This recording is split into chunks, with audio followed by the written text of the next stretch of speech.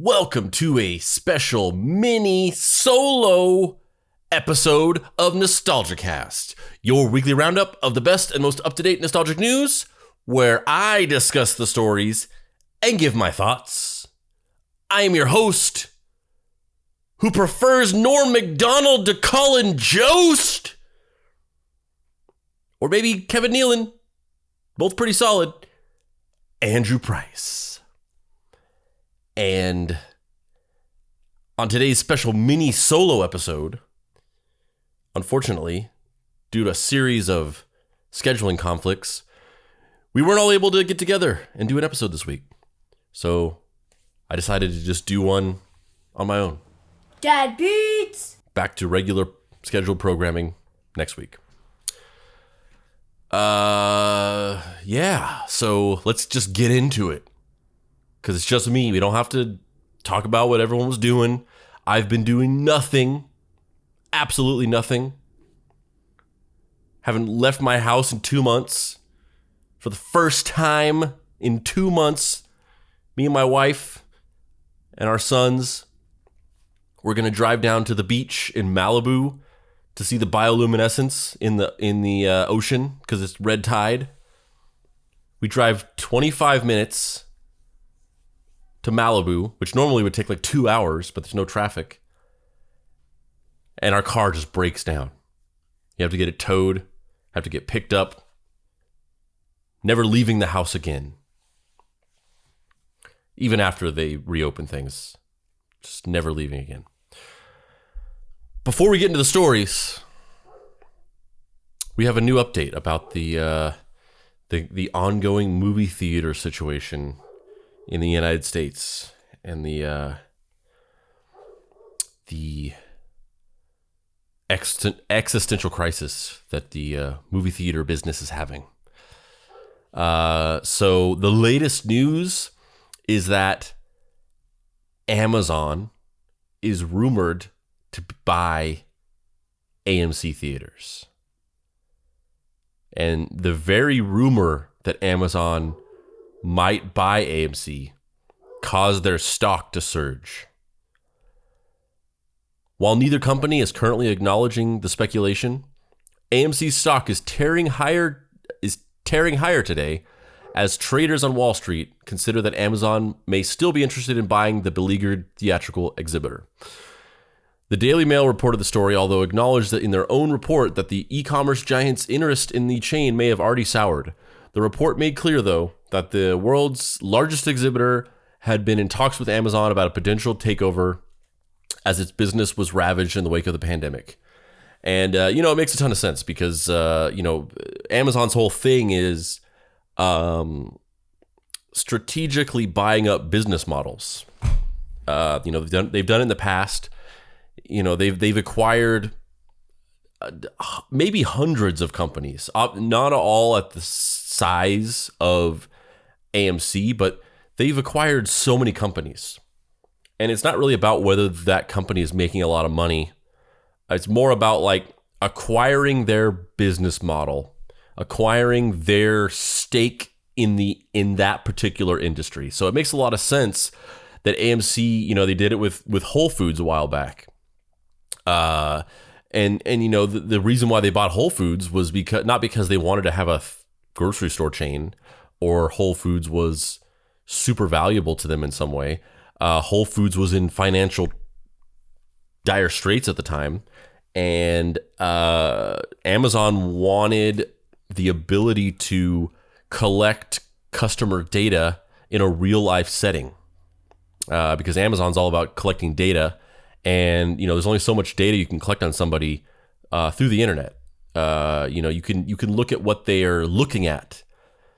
You can look at, what they're buying on Amazon, which is, on Amazon, largely you're buying, things that you would spend disposable income on, big purchases.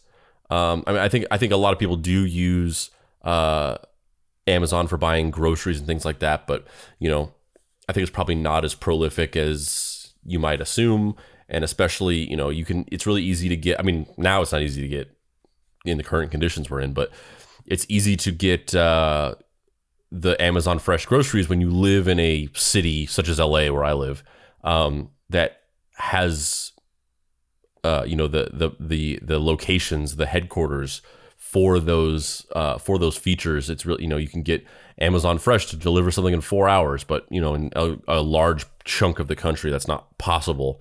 So they're collecting customer data on what people look at, the online equivalent of window shopping. And then, they're getting a sense of what people like, big purchases that people buy, and little tiny impulse buy type stuff. And even like little tiny stuff like, oh, I need to order a USB cable or whatever. But the thing that they can't get is this consistent day by day, week by week data on what people buy every day for their needs. And I think that was really the reason why they bought Whole Foods, is because they had this big stake and interest in, we want to know what people are buying every day. We want to know what people are buying when they hop down to the corner store and pick up a few things. We want to know what people are buying in their big grocery runs, essential amenities, things like that. And so it makes a lot of sense that they would be like, okay, so now that AMC is floundering, they're the biggest theater chain in the world, we could buy this company on the cheap, and suddenly we're in the exhibition game. We have our finger in the pie of theatrical exhibition, and the properties of what they could do with that are endless. All of the having screenings of Amazon Prime movies and shows in theaters, and you have to have, if you have an Amazon Prime subscription, you can get like discounted tickets to see it. There's so many things that they could do with it. And while obviously things like this are not good, this is not something you want to see. I mean, AMC was already this huge mega corporation, but to see another even bigger mega corporation swoop in and absorb this and just eat up a bigger chunk of the pie of our national consumerism, it doesn't bode well. There's a part of me that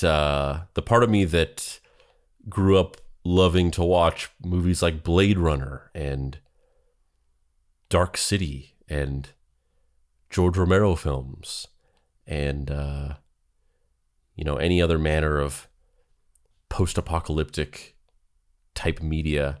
There's a part of me at the back of my mind that always just like, my ears prick up at this kind of news, because there's a romantic part of me that's just like, ooh, that sounds really apocalyptic.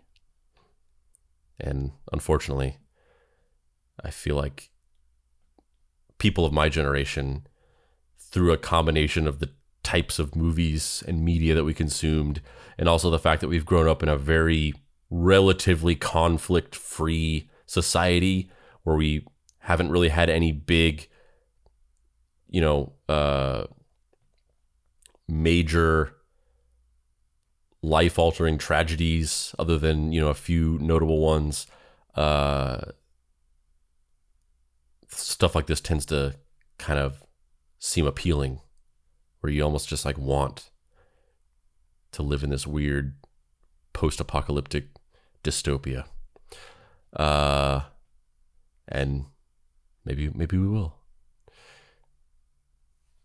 So getting into these stories, first and foremost, and it brings me immense pleasure to be able to talk about this on an episode whenever we don't have Kirk on. Just something about that just brings me a lot of joy. Prince and the Revolution's live 1985 concert is going to stream on YouTube for coronavirus relief. The Prince Estate, in partnership with YouTube, will host a 3-day streaming event of Prince and the Revolution live. The legendary concert, filmed toward the end of the Purple Rain tour in Syracuse, New York on March 30th, 1985. The show will be available on Prince's official YouTube channel for 3 days only, beginning on Thursday, May 14th, and continuing through 11:59 p.m. on Sunday, May 17th. In collaboration with YouTube and Google, the streaming event will run in support of the COVID-19 Solidarity Response Fund for the World Health Organization, powered by UN Foundation and Swiss Philanthropy Foundation. Any viewer donations will include a matching component from Google. Google.org will match $2 for every $1 up to $5 million. The concert, which was originally released as a VHS video and was long out of print before being reissued as part of the Purple Rain Deluxe Edition in 2017, is loaded with hits like Let's Go Crazy, When Doves Cry, I Would Die For You, Purple Rain, 1999, and Little Red Corvette, as well as rarities like Possessed and How Come You Don't Call Me Anymore. The reason why this is notable is because, as it kind of said there, Prince is like the musical performing artist equivalent of Disney mixed with Bill Watterson, the guy who created Calvin and Hobbes. Disney, they've always been big on this whole thing of like putting things into the vault, and their whole business model has always been based around scarcity and making their content feel rare and like getting to see it is like this special event. And they've been doing that all the way back throughout most of the history of their company. Back in the day, is just a short little historical fun fact. The reason why we have stuff like DuckTales is because, DuckTales, the show that we all know and love, was actually based on comics from the 30s, 40s, and 50s, the Uncle Scrooge comics, which were, the many misadventures of Scrooge McDuck and his nephew, Donald Duck, and his grandnephews, Huey, Dewey, and Louie. Those books are amazing. Some of my favorite comics of all time. Here we go. So I'm holding here this hardbound collection of Uncle Scrooge comics by Carl Barks.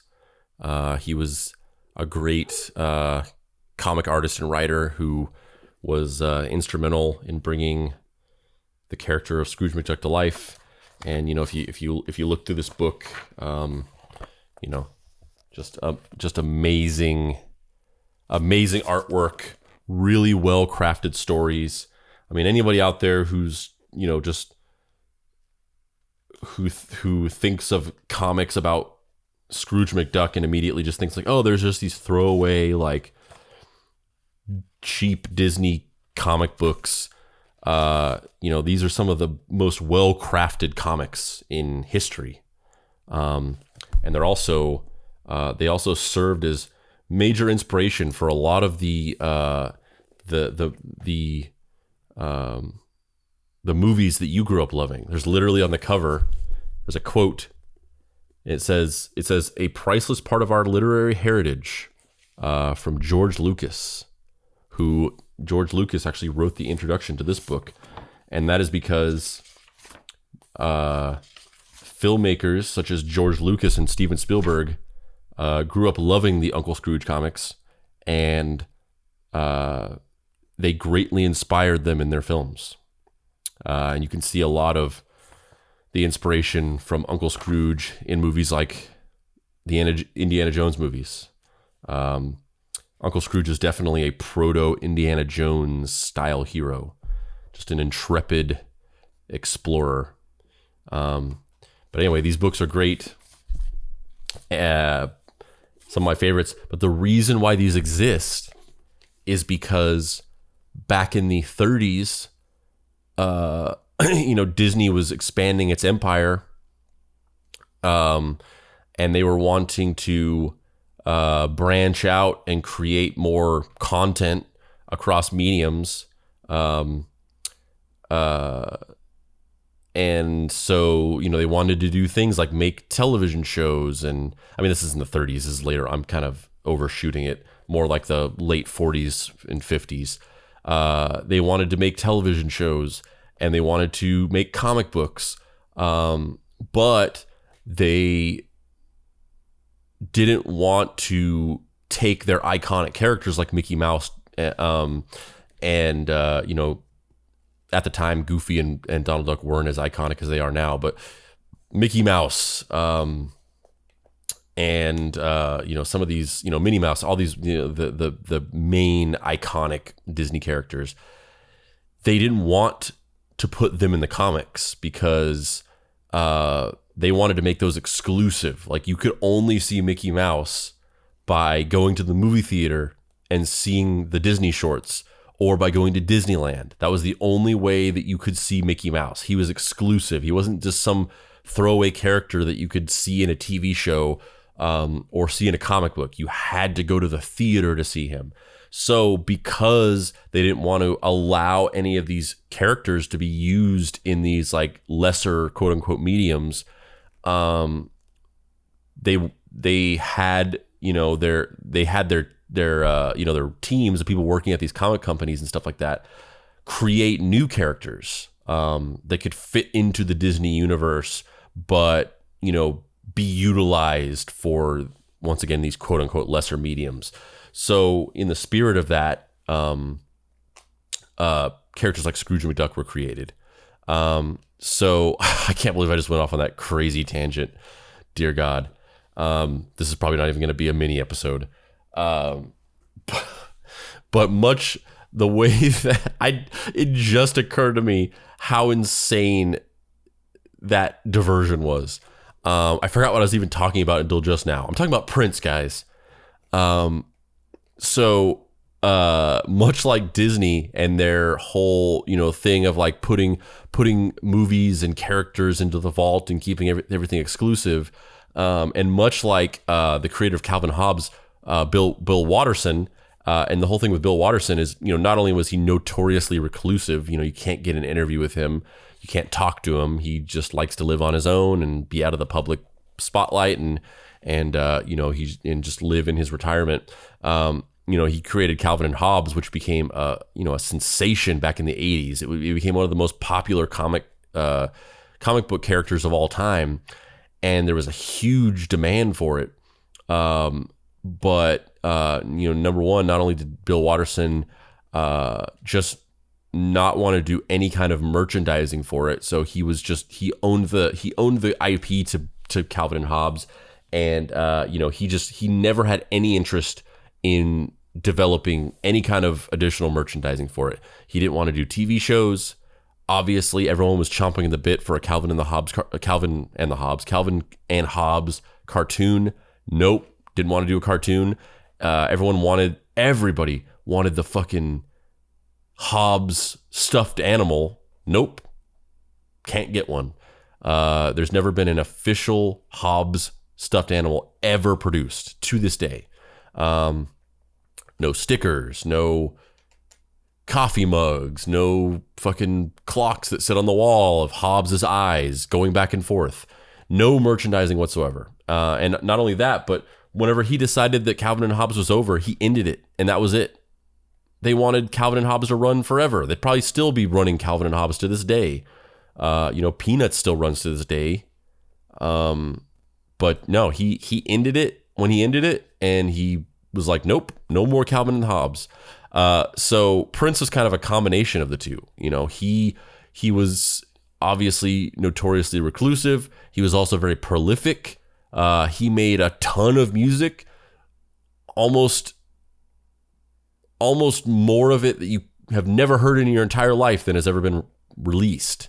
And famously, he would record this music and then he would put it in his vault, and never to see the light of day. And the whole mythos around him is that he's got this vault with years and years and years of music that you've never heard, that's never been heard by anybody.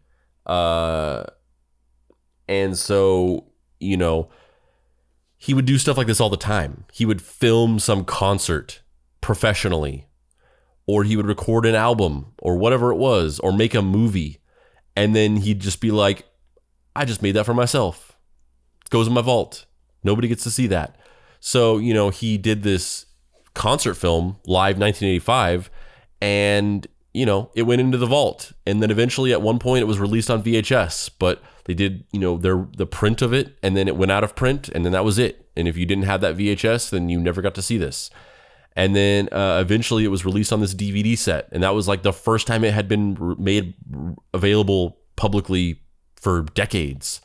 So now it's kind of crazy and unprecedented that this would just stream on YouTube. And the reason for that, unfortunately, is because Prince is dead and his estate is just exploiting the fuck out of his content. So now you're going to see all these box sets released, and you're going to see all these posthumous albums being released and all this shit. And the reason for that is because the Prince estate's like, we trying to make the money. So, an unfortunate thing for the legacy of Prince and his wishes, but good for Prince fans. I'm definitely gonna watch this.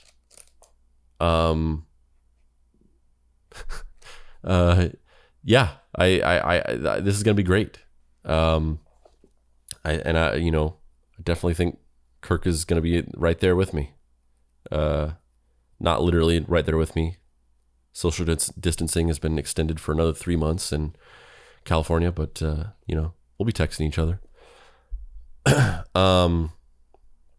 So Deadpool, the creator of Deadpool, Rob Liefeld, has recently said that Deadpool 3 is unlikely to happen at Marvel. So in a recent interview, he said Marvel Studios has zero plans to make Deadpool 3. In an interview with Inverse, Liefeld was asked what the chances still are for a Deadpool X-Force movie now that the characters are under the Disney MCU umbrella, and his response was not encouraging. He said, I don't know. Here's what people don't want to hear, but thank God I'm a realist. I feel like Deadpool, the movies, they've set sail. We've got 2 brilliant movies, and we live in a culture that always looks forward because they're ever selling us. All they're ever selling us is next. It's the fever. For me, as the fever calms down, people just need to calm down and realize that Deadpool 1 and 2 were released within 2 years of each other, 2016 and 2018. And I just can't. I'm not really that crazy about Marvel's plans right now. Liefeld finds the MCU's Phase 4, which includes Black Widow, the Eternals, and Shang-Chi, and the Legends of the Ten Rings, a less than exciting lineup than what preceded it. And it's a lineup without any X-Men or mutant-related movies in it. He added that even if Marvel Studios were to start work on a Deadpool movie today, it would come out in 4 years. I can't get excited about that. Know what their plan for Deadpool is right now? Goose egg. 0. I have mixed feelings about this. Because, I'm gonna, hot take, but I'm not a huge fan of Deadpool. I think I've talked about this on previous Nostalgicast episodes. I think he's one of the most overrated comic book characters of all time. Number 1, Rob Liefeld fucking sucks. Number 2, Deadpool is a pretty cool character. I'm not saying that Deadpool sucks. It's probably the greatest thing that Rob Liefeld ever created, and the only reason why it was ever even anything is because it was taken over by other better writers and artists than him. But even then, Deadpool has got this gimmick. He's a gimmicky character. It's like, okay, I've got the healing factor of Wolverine, and I'm a ninja mercenary, and I've got this fourth wall breaking thing, and I talk to the audience, and that can be done cool, but by and large, it's just been done in a very gimmicky way, and it's just one of those.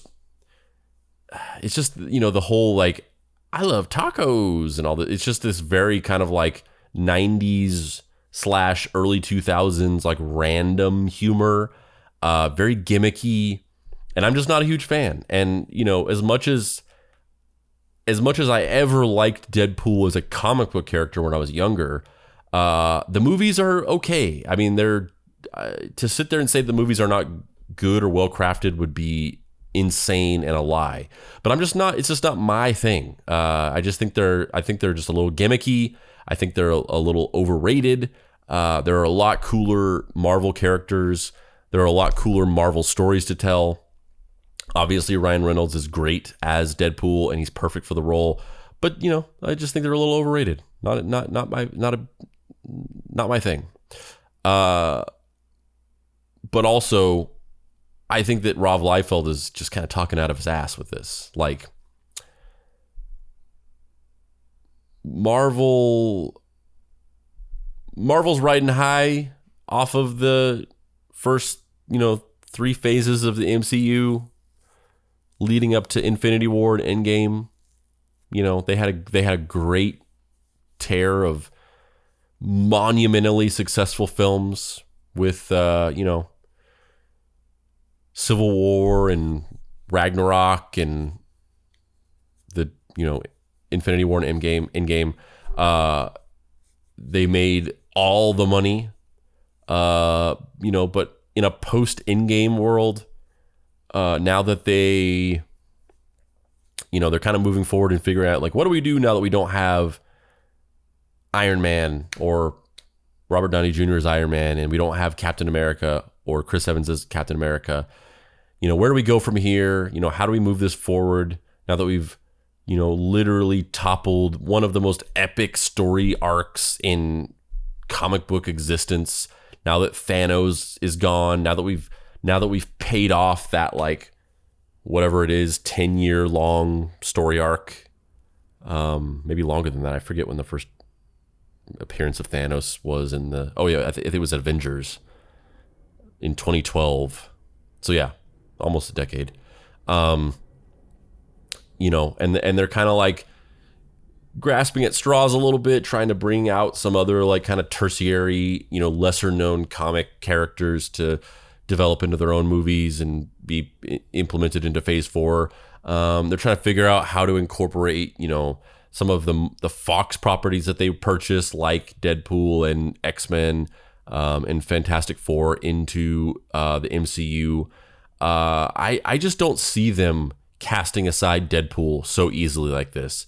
The highest Deadpool, I think Deadpool 1 was the highest grossing R-rated film of all time when it came out. I don't think that Deadpool 2 toppled that, but it was very close. It was certainly the second highest grossing R-rated film of all time when it came out. I don't see. To me, it sounds like fake news to say that Disney is going to put Deadpool on ice because they don't want to do an R-rated film or it doesn't fit into the MCU. I don't see that happening. That just sounds like the cynical assumptions of a dude who, like, just doesn't like the family-friendly vibe of Disney and their Marvel movies. I just don't see Disney and Marvel Studios just being like, the fucking highest rated or highest grossing R-rated movie of all time. Like, we're just gonna cancel that because we can't figure out how to put Deadpool in a Avengers movie. I don't buy that for a second. Yeah, I think that we'll see Deadpool 3. In exciting news, very exciting news that I'm certainly excited for. They are officially bringing out remasters of Tony Hawk's Pro Skater 1 and 2. And so the Tony Hawk Pro Skater franchise is making a comeback. At Summer Game Fest, Activision announced that Vicarious Visions is remastering Tony Hawk's Pro Skater 1 and 2 for release on PlayStation 4, Xbox One, and PC. The remastered games collection is set to release on September 4th and will include the original levels, skaters, tricks, modes, and soundtrack. The remastered editions will also add new gameplay modes, including online multiplayer. I don't know why I said it like that. Activision also announced details about pre-order bonuses for the game. Those who place digital pre-orders will get access to the warehouse demo ahead of the game's launch, which that's cool because if you don't know, if you didn't grow up at the time, or you just forgot, or just never knew, weren't in the know, you weren't one of the cool kids back in the 90s. Famously, before Tony Hawk's Pro Skater 1 came out, there were the series of demo discs, and that was back in the day, that was a big thing, the demo disc. Now you just download demos that are made available on Steam or in whatever eShop for whatever console you have. But back in the day, it was the demo disc. You could get these demo discs, and they would have like 5-minute, 10-minute, maybe even 30-minute demos of games where you could play like a couple levels or whatever it was. And these demo discs were wildly popular because you could get them and you could play all these different games. And there was sometimes like you'd play like hours and hours of a demo of a game, and you might not even, if you were like one of the kids who like didn't have the money to like go out and buy a bunch of games all the time, like these were your games. Like you got a demo disc, and then you just play. That was what you played. You just played these demos forever, and you didn't even ever actually end up playing the real game. And one of the most notorious demo discs was the series of demo discs that they released that came with Pizza Hut pizzas. There was this big promotion where you get like some Pizza Hut pizza thing, like a large pizza or whatever it was, and you got the demo disc, and there was different ones, and they all had different games on them. And like one of them had the Final Fantasy VIII demo, which was where I played that. And it was like you could play the first, like the beginning of the game leading into like the first mission, where you went onto the island and you fought the first like big boss. And I remember playing the shit out of that. And it 100% led to me getting Final Fantasy VIII for my birthday that year. And they also had the Tony Hawk's Pro Skater demo, and it was the warehouse level. So it's really cool that they're releasing the warehouse demo ahead of the game's launch as a throwback to that demo disc, where that was the level you got. Those who place a physical pre-order will get a Tony Hawk mini fingerboard limited edition gift when they buy the game. Another throwback to the 90s. Fingerboards and tech decks. It's all the rage. Remember going to school with my tech decks, my little miniature grind rails and half pipes, and doing tricks at recess. This is the first of many planned announcements from Jeff Keighley's Summer Game Fest. Tony Hawk has hinted that there would be big news about his Pro Skater game franchise. He posted the key art for the remaster on Twitter with a celebratory "Happy Birthday to Me." An interview released along with the remaster's trailer revealed that Vicarious Visions built the remastered edition of the games with the original Neversoft code as the foundation, which is the big story here. This is the big story because a handful of years ago, they released a remake of Tony Hawk's Pro Skater 1. So they've already done this relatively recently. But the thing is, it fucking sucked. It was terrible. It wasn't fun. Because the thing about these games are, with a sports game, with a skateboarding game, it's all about the feel. It's all about the way that the game feels to play. And there was something about that remake where they just didn't get the feel right. It wasn't fun. The mechanics of the game just weren't the same. They didn't hit that same thing that the original games had. And so it just kind of wasn't fun. It was like, okay, you remade Tony Hawk's Pro Skater and somehow you messed up the mechanics and it's just not fun to play. So fuck this. So this is really exciting that they're like, nope, we're getting this right. These are going to have the same feel as the originals. And that's the whole point. If they don't have that, then the game is trash. So from there, they updated the game for modern controllers and console technology, which is also important because even if they stay true to the original mechanics, they got to improve the quality of life because video games have evolved greatly since, those times. And a lot of times you remember games fondly from back in the day and you're like, oh, that game was so great.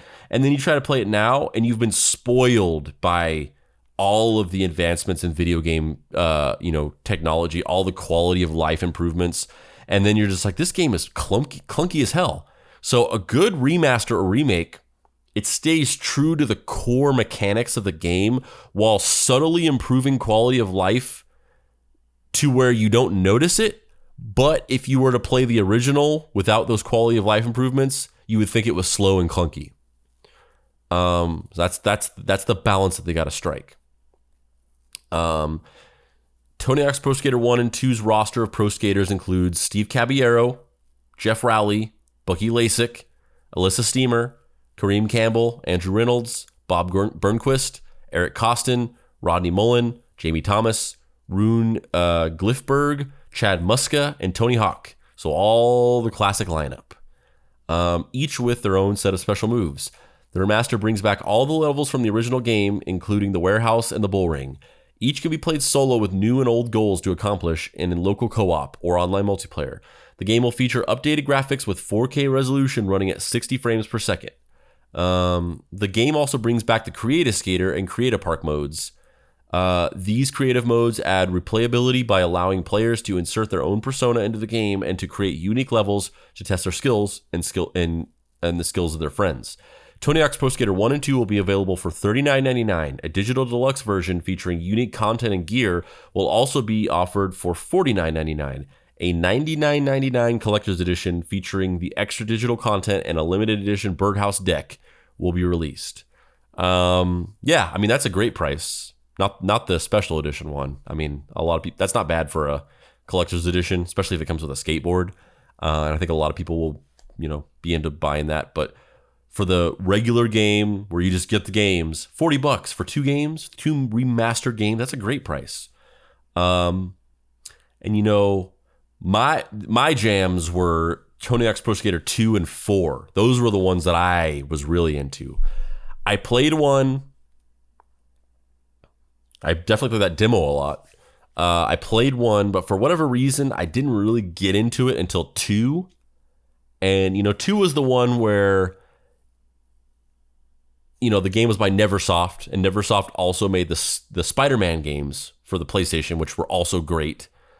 And so there was all these, you could unlock Spider-Man as a player in Tony Hawk's Pro Skater 2. It had all of the good music, Guerrilla Radio by Rage Against the Machine. I remember that vividly from that game. It had, like all the cool cheats. And I was really into Tony Hawk's Pro Skater 2. For some reason, I passed over 3. I don't remember why. And then I came back to Tony Hawk's Pro Skater in a big way with part 4. And I loved 4. 4 was great. I mean, it was a bigger, like, open world game. It had just an even better roster of music. So those are my 2 games. So I'll definitely be excited about playing either one of these, but 2 is really going to be the one that I'm going to be into. I doubt that they're ever going to remaster 4 because I just don't think 4 was like the beginning of the end for the franchise. Like, I don't think it sold as well, wasn't as highly regarded as the other games. But I loved it. I don't know. I really liked it a lot. So that's exciting. I wish it was coming out for the Switch, but I'll wait for it to be released on the Switch for $90, like all ports to Switch are. But overall, exciting news. So Luca Guadagnino is set to direct the Scarface reboot. Call Me By Your Name filmmaker Luca Guadagnino will direct a reboot of Scarface for Universal Pictures. And before you start getting your pitchforks, I've said it before on this show, I'll say it again. Scarface is a remake. The 1983 film starring Robert De Niro, the fuck? Al Pacino, directed by Brian De Palma, written by, blanking on his name, the guy who directed Platoon. Why am I blanking on his name? The fuck is his name? Oliver Stone. I didn't Google that. I just had to think of it. Was a remake of a film from 1932. The original Scarface. So before you go clutching your pearls about them remaking a classic, it's a remake. Joel and Ethan Coen wrote the latest version of the script with earlier drafts by Gareth Dunnett Alcoker. It's a mouthful. Jonathan Herman and Paul Atanasio. Scarface will be produced by Dylan Clark for his Dylan Clark Productions. Scott Stuber will executive produce alongside Marco Marabito. Senior Vice President Brian Williams will also executive produce for Dylan Clark Productions. The story has been adapted a number of times, most recently in the 1983 classic starring Al Pacino and Michelle Pfeiffer. I already said that. The new pick is a reimagining of the core immigrant story told in both the 1932 and 1983 films and will be set in Los Angeles. Senior VP of Production Jay Polidoro and Director of Development Lexi Barta will oversee the project for Universal. So I'm not saying that this is going to be good. Obviously, I have no idea.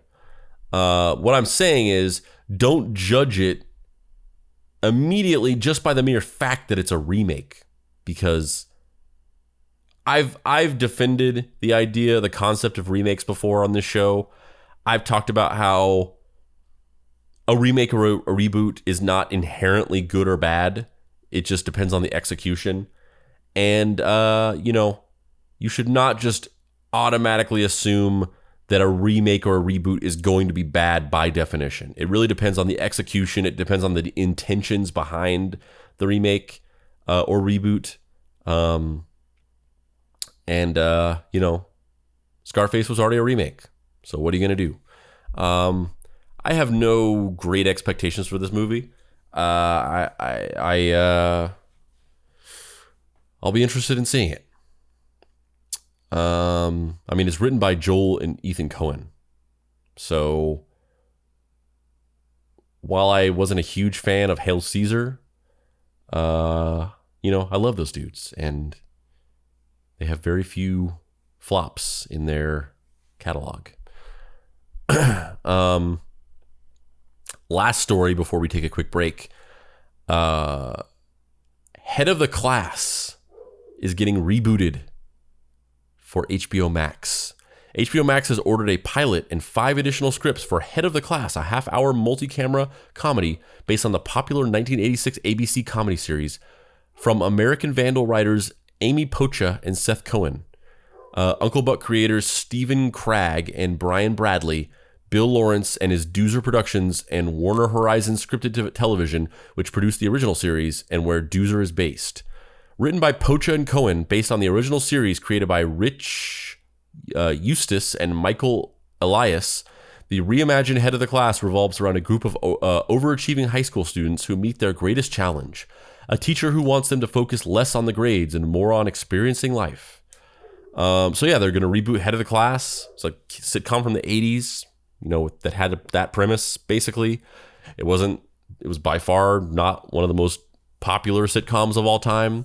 I think most notably, the biggest thing that come out of this sitcom is that it was the first big break for Dan Schneider, who was one of the main cast members on the show. And Dan Schneider went on to basically create your entire childhood. He became a writer, a producer, and a creator of many of the shows that you remember from growing up. He was a producer and a writer. I think he was the head writer for all these shows for All That and Kenan and Kel and let's see, The Amanda Show, Zoe 101, Drake and Josh. Later on, he ended up creating later non-90s shows like iCarly, Victorious, Sam and Cat, Henry Danger. It's just all these Nickelodeon live action shows dating all the way back to Kenan and Kel, All That, Amanda Show, stuff you remember from the 90s. He was a writer and a producer on all these shows. I think he wrote the Good Burger movie. Most recently, unfortunately, it was discovered that he's basically a pedophile. And he's been largely ostracized from the filmmaking industry because it was discovered that he was doing some shady things with underage kids. So, fuck that guy. He's a piece of shit. But this was his big break, and he went on to create these shows. And now that's getting a reboot. The other guy in Head of the Class, one of the other cast members, ended up being the guy who owned the grocery store that Kenan worked in Kenan and Kel. He was his boss, that boss character. But yeah, so they're remaking that. I have no huge affinity for Head of the Class. I remember it. Definitely didn't really care for it all that much. But now it's getting remade. We'll see how that goes. So yeah, we're going to take a quick break. And when we come back, we're going to do a special solo edition of Can You Go For That? After these messages, we'll be right back. And we're back. And now it's time for our regular segment where we talk about rumors and unsubstantiated nostalgic news and give our opinion on it. Except for it's just going to be me giving my opinion on it this time. That segment is called Can You Go For That? Oh, oh, oh. Oh, can you go for that? Oh, oh, oh. Oh, can you go for that? Oh, oh, oh. Oh, can you go for that? Can you go for that? Can you go for that? Got a couple stories for Can You Go For That today. First one, it is rumored that Natalie Portman is going to reprise her role as Queen Amidala, Padme, in the Obi-Wan Disney Plus show. The Skywalker saga may have come to an end last year with the release of Star Wars: The Rise of Skywalker. However, fans will be able to revisit certain parts of the saga thanks to Lucasfilm's Disney Plus series Obi-Wan Kenobi and Cassian Andor, mixed up two different Star Wars things. While there isn't that much information about what Lucasfilm has planned for Obi-Wan Kenobi, there are rumors circulating online saying that Natalie Portman may appear in the highly anticipated Star Wars series. According to reports by Inside the Magic, Lucasfilm is looking for another fan favorite Star Wars actor to appear in Obi-Wan Kenobi, and Padme Amidala star Natalie Portman may be that very person. Sure, it might seem unlikely for Padme to return considering her death in Star Wars: Revenge of the Sith. However, Disney may want Portman to return for a short flashback cameo in the series. Perhaps Lucasfilm could feature scenes where Obi-Wan, played by Ewan McGregor, tries to remember the time that he spent together with Anakin and with Padme Amidala.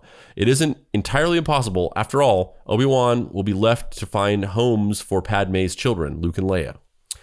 So yeah, they're coming out with this Obi-Wan Kenobi show. It's obviously going to be, about Obi-Wan Kenobi later on, in between the events of Revenge of the Sith and the first Star Wars movie, the lost years. And, it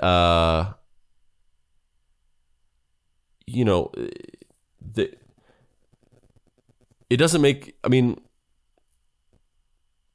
unless it's got to be a flashback because she's dead. So it could only be a flashback. And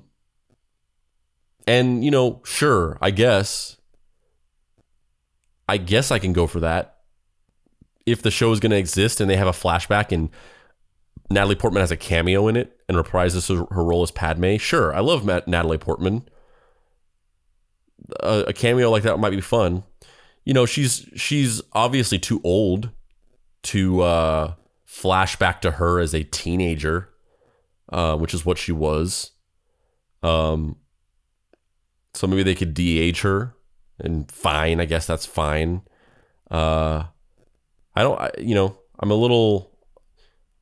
have much of an opinion about that. Like, sure, it could only be a cameo. If we were talking about bringing Natalie Portman back for like a consistent role, it would be a whole other different story. This would be a bigger conversation, but it could only possibly be a flashback, or like he sees some video that she left behind, like a hologram video, or whatever. There's an artificial intelligence that was patterned off of her life, and so it has her face. Or maybe it's the other girl who was Padme's like body double, who would trade places with her, and pretend to be queen while she was assuming the role of one of the queen's handmaidens. Maybe it's that girl because they were like identical. Which also, fun fact, that was played by Keira Knightley, because at the time they looked very identical. Maybe it'd be something like that, but it couldn't be that she comes back into the Star Wars universe because she's dead. So sure, I can half-heartedly go for that. And then this second story, which is much bigger deal. A Rugrats reboot is rumored to premiere on Nickelodeon this fall. The world's favorite cartoon babies are soon heading back to the small screen, as Nickelodeon's planned Rugrat revival series will reportedly premiere on the network this fall. For a new online video produced by Vanity Fair, famous voice actress Nancy Cartwright reviews impressions of many of her biggest characters, and that includes Chucky Finster from Rugrats. Additionally, the outlet also reports that Cartwright will be reprising the role of Chucky for the upcoming Rugrats reboot, and that the updated series is set to debut on Nickelodeon in fall of 2020. Back in 2018, it was reported that Nickelodeon had ordered a 26-episode revival of Rugrats to be executive produced by original series creators Arlene Klasky and Gaber Casupo and Paul Germain. Details on the project have since been scarce, and it's not entirely clear at this point if the revival will maintain the same look as the original series. However, it appears at least one major member of the Rugrats cast will be returning. Given the report that Nancy Cartwright will be voicing Chucky once again this year, last fall Cartwright had tweeted about her excitement over coming back to reprise the role so many years after it was released. And I can go for that. I think a lot of people are going to be against this. A lot of the nostalgia heads, a lot of the people who are, grew up in the 90s and are really into 90s nostalgia, and they hate the idea on its face of reboots and remakes, and they think that, studios are ruining our childhood for money and all that stuff. And, my opinion on that. That I think that's kind of dumb, and I think that reboots and remakes are not inherently bad or good. It all depends on how they're executed. But I will say this, and once again, this is kind of unpopular opinion, but in the last several years, as they've rebooted a lot of nostalgic TV shows from the 80s and 90s, it's been a bit of a mixed bag. Some of it's been bad, some of it's been really bad, but there's been some really good stuff. I think that the DuckTales reboot is great. I watch it with my son. I love it. The Muppet Babies reboot is also really good. I watch it with my son. I don't love it as much as I love the DuckTales reboot, but it's solid. This could be good. This could be perfectly good. The fact that they would get the original voice cast back is even more assuring that this isn't just like a hard reboot where they're just recasting everybody or whatever. Like they're gonna get the original voice actors back, so this is less of a reboot, more of a just like sequel or like picking back up where they left off. That's promising. It's being done by the original creators. It's not just being done by some random other people. I think this could be great. I can definitely go for that. Also, in terms of a rumor, this rumor is really far along. Apparently, this is just going to be coming out soon. So apparently, it's already, it's a rumor, but it seems like a pretty far along, pretty like this is basically true rumor. If they're already talking about releasing episodes, can definitely go for that. Give me the rats. Naked good, naked free. A baby's got to do what a baby's got to do. Fucking, there was a period of years, decades maybe, where I had this one random little thing stuck in my head, and it would always pop into my head, and I would always think about it. You know how whenever you just get this random little repeating mimetic thing stuck in your head, and you think it all the time, periodically, for years, every once in a while, it's just inevitable that it's going to pop in your head. And sometimes you say it out loud, and sometimes it just becomes this weird little nervous tick that you have. And for years, I had this thing in my head, and it was, I'll try. I would just get that. I would get that in my head. Just that sound, that phrase being said by somebody. I'll try. And I had no idea where it was from. I literally had this thing stuck in my head for decades, and I had no idea. And there was no hope of me ever remembering what it was. It was gone. It was just a thing. It was a piece of data that was corrupted, and it was jangling around in my brain, and there was no hope of ever triangulating the origins of it. For years, for literal years, I'll try. And one day, a couple years ago, I figured it out.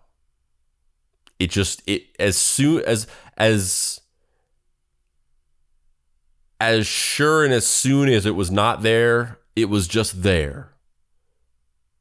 In the negative space where nothing resided, in a flash, it was suddenly occupied by this knowledge. And I suddenly remembered that it was from the episode of Rugrats where Stu, Tommy's dad, gets knocked on the head, and then he becomes a baby. He thinks he's a baby, and he can communicate with the babies. So he gets hit over the head, and this head injury causes him to revert to a baby stage, and he can talk to the babies. And so he becomes their friend, and they love, he loves that his dad can communicate with him, and he's become a baby like him. And the episode culminates in them having to fix, I think he gets knocked over the head by this like invention of his that's in the basement. This like conveyor belt thing hits him on the head, and then they're trying to fix it or stop it or something like that. And so they need to reach up and pull a lever or something on the machine.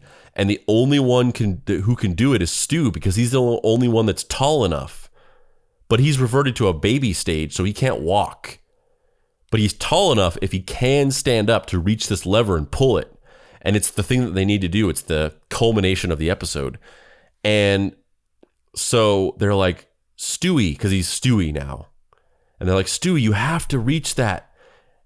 And you have to stand up and reach that lever and pull it. And then Stewie goes, I'll try. And then he stands up and he reaches and he pulls the lever. And in doing this, he gets hit over the head again, and he turns back into Stu Pickles. And that's what that was from. Stuck in my head for decades. Before we wrap up the show, last couple stories. The man, the myth, the legend, Ben Stiller's dad, as well as George Costanza's. Not going to acknowledge that King of Queens shit. Jerry Stiller has died of natural causes. Actor and comedian Jerry Stiller has died due to natural causes. His son, actor Ben Stiller, said in a tweet. He was 92. He was a great dad and grandfather and the most dedicated husband to Anne for about 62 years. He will be greatly missed. Love you, Dad. Perhaps by most, Jerry Stiller was known for his role as Frank Costanza in the show Seinfeld, and about a decade later as Arthur Spooner on the sitcom The King of Queens. Stiller had lost his wife, Anna Mira, in 2015. The two met in New York in a New York casting call in 1953, and a few short years later became the timeless Stiller and Mira comedy team, making their name in the 1960s with frequent performances on variety shows, including The Ed Sullivan Show. Jerry Stiller passed away. It's sad. It's a real sad time. Obviously he's largely known as Frank Costanza in Seinfeld. He's done many other things. He had an illustrious career. Do yourself a favor.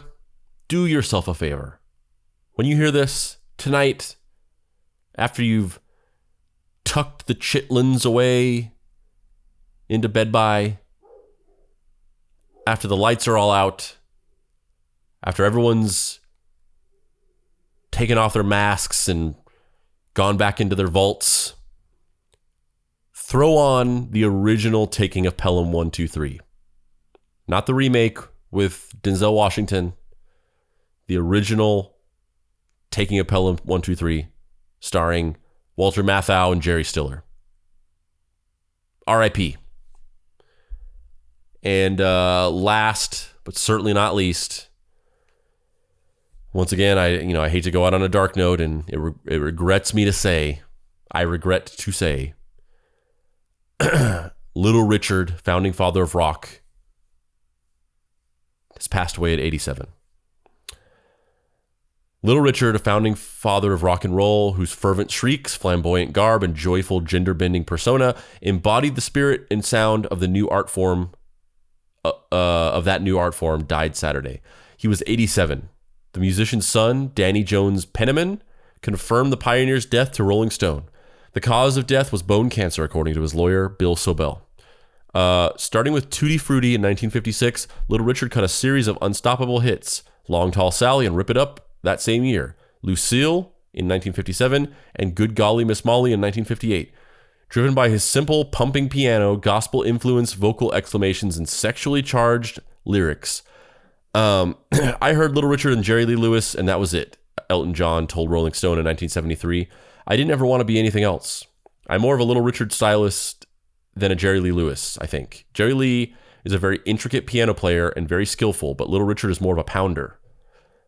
Although he never hit the top 10 again after 1958, Little Richard's influence was massive. The Beatles recorded several of his songs, including Long Tall Sally, and Paul McCartney singing on those tracks, and the Beatles' own I'm Down paid tribute to Little Richard's shredded throat style.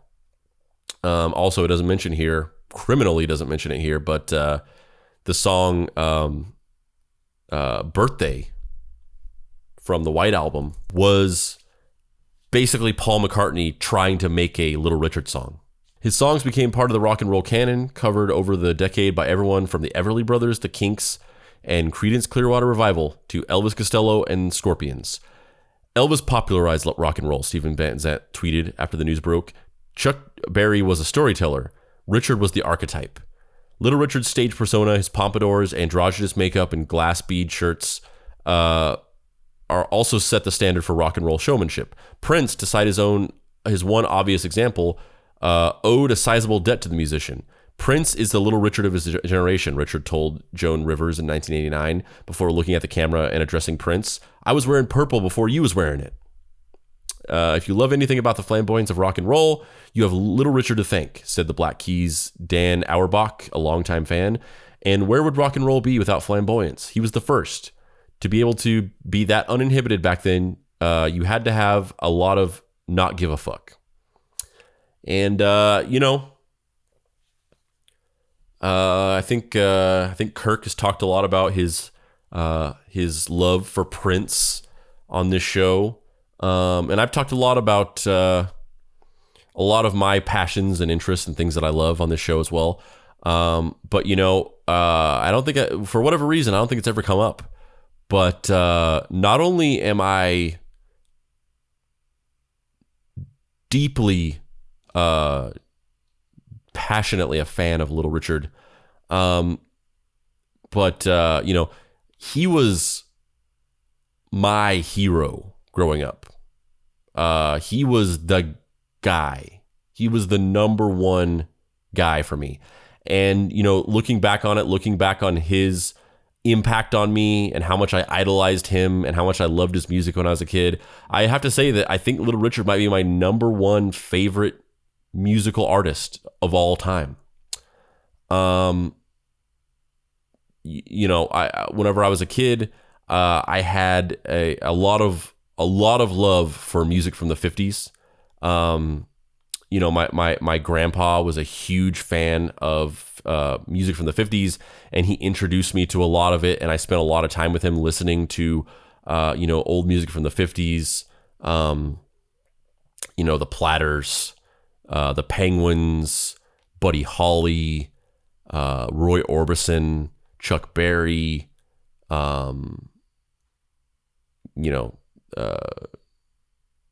the list goes on and on, from rock to country to R&B, Conway Twitty, and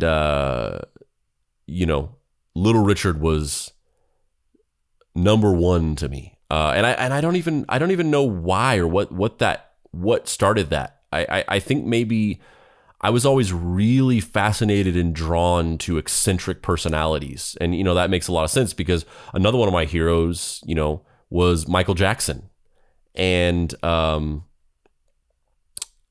think the raw, chaotic, emotional energy and mythos around people like that, personalities like that, really drew me and really fascinated me. And of all of those musicians that I loved, of all musicians I loved in general, but also largely the musicians I loved from the 50s. He was the one to me that stood out the most, and he was the biggest rebel, and he was the biggest breaker of rules, and the biggest just didn't give a fuck, and just would just was pure animalistic energy, and his personality was all his own. And I really admired that because I was a very demure, meek, quiet boy, anxious boy. And, people who were loud and flamboyant and owned their personalities and didn't care what anybody thought, like really interested me, really excited me, and really drew me. So, when I was a kid, looking at these album covers and seeing this crazy looking dude with this huge hair, just this like fucking crazy eyes and this 1,000-yard insane stare, looking directly at you, and just the way he stood, the way he stood up, and the way that he put his foot up on the piano and when he played, and I loved it. I loved every moment of it. And I idolized him. He was like the number one guy to me. He was the coolest guy I ever saw. I loved his music. I love the pure, raw, animalistic, emotional nature of it. So yeah, he was a hero of mine. Arguably my favorite musician of all time. He was one of the founders of rock and roll. Everybody has everything. Everybody has him to thank for everything that's come in the lineage of rock and roll. He was a monumental force, a monumental personality, and it's a great tragedy that he is no longer on this earth anymore. R.I.P. So on that note, thanks for listening to this not so mini episode, because it's impossible to get me to shut up about anything. If you liked this and you haven't done so already, feel free to subscribe to the show. We usually have 3 other guys on the show. Nostalgicast is a podcast with me and co-host Kirk Pinchon, Tyler Palo, and Kelby Joseph. We talk about nostalgic news and discuss our thoughts on it. If you have a friend that you think would like the show, feel free to share it with them. If you have any questions, thoughts, or concerns that you might want read on the show or discussed, you can email us at nostalgicastpod@gmail.com. If you want to keep up to date with the news of the podcast or just the nostalgic content we are posting on a daily basis, you can follow our Facebook page, the official Nostalgia Facebook page. Just search Nostalgia on Facebook, and that's us with the blue check mark next to our name. You can follow our you can join our Facebook group, the Nostalgia Facebook group. You can follow us on Instagram at Nostalgia. Stay safe, stay vigilant, stay healthy, and thanks for listening.